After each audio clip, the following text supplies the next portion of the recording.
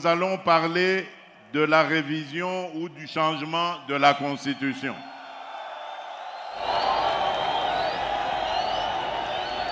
Avant cela, permettez-moi de dénoncer la manipulation et le danger de certains discours qui sont même prononcés par des personnes qui normalement devraient être au milieu du village.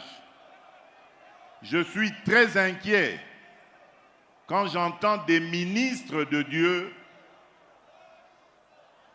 sortir des énormités pour dire que les Congolaises et les Congolais n'ont pas le droit de réfléchir sur le bien fondé de leur constitution.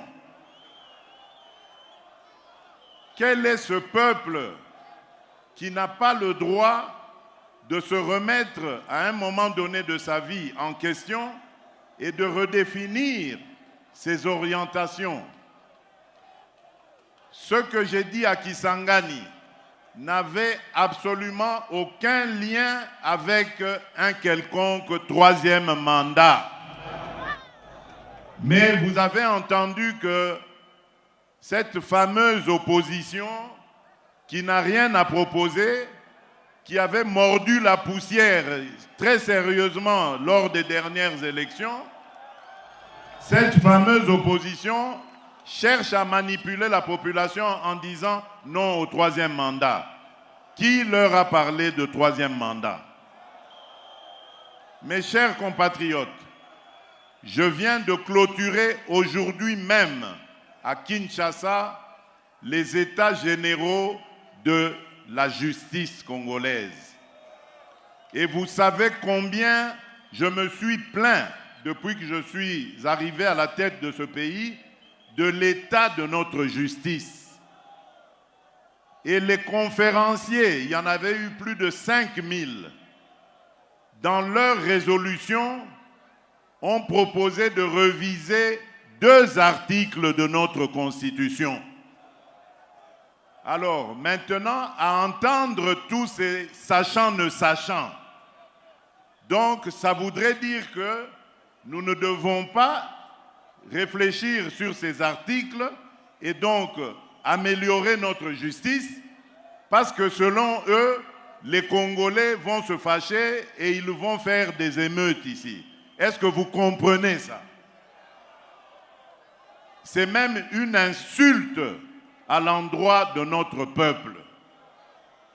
C'est une insulte à l'endroit de l'intelligence et de la sagesse de notre peuple.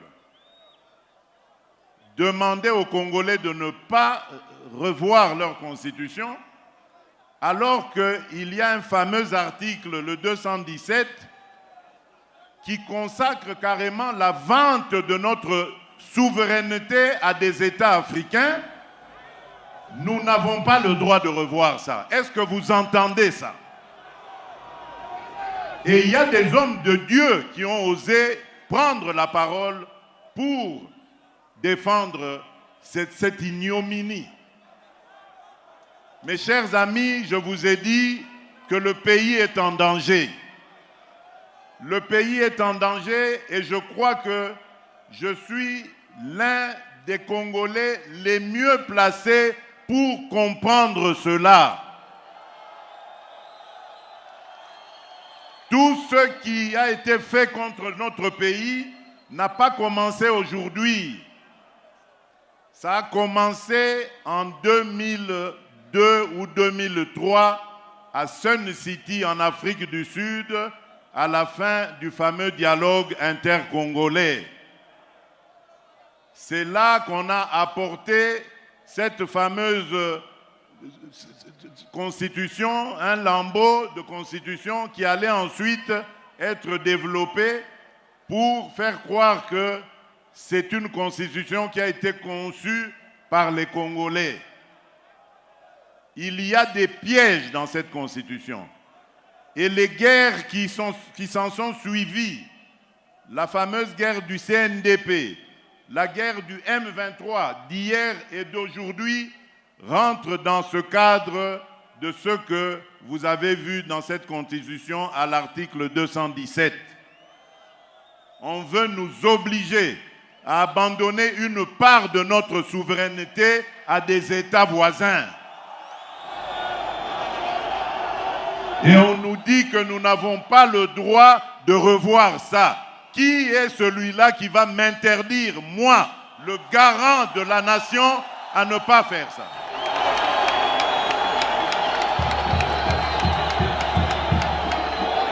Je vous confirme encore ce que j'avais dit à Kisangani. L'année prochaine, je vais réunir une commission de Congolaises et de Congolais bien pensants qui sont issus de plusieurs disciplines et dont l'objectif sera de revoir cette constitution.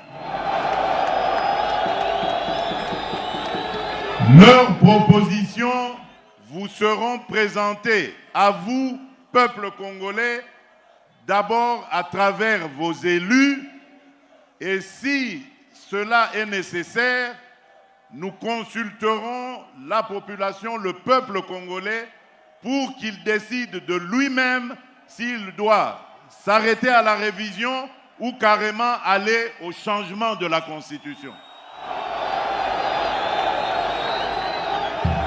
Et personne, vous avez entendu, personne ne changera mon avis sur cette question. Je ne suis pas venu à la tête du Congo pour m'éterniser au pouvoir et pour faire souffrir mes compatriotes. Jamais. Tout ce que je fais, tout ce à quoi je pense, c'est au bonheur de mes compatriotes, au développement de mon pays. Parce qu'un jour, je vais devenir ex-président et je vais vivre dans ce pays auprès des miens. Je voudrais circuler dans toutes les provinces, aller et venir avec ma famille, avec mes amis et rencontrer mes compatriotes dans toute la République démocratique du Congo et en toute paix. Et c'est ça que je suis en train de préparer pour nos générations futures. Peut-être que je n'arriverai pas à tout réaliser, mais l'essentiel pour moi, c'est d'installer le pays sur de bons rails, des rails qui vont permettre au Congo d'aller tout droit vers son développement. Et personne ne m'empêchera de réfléchir de cette manière et d'avoir cette approche.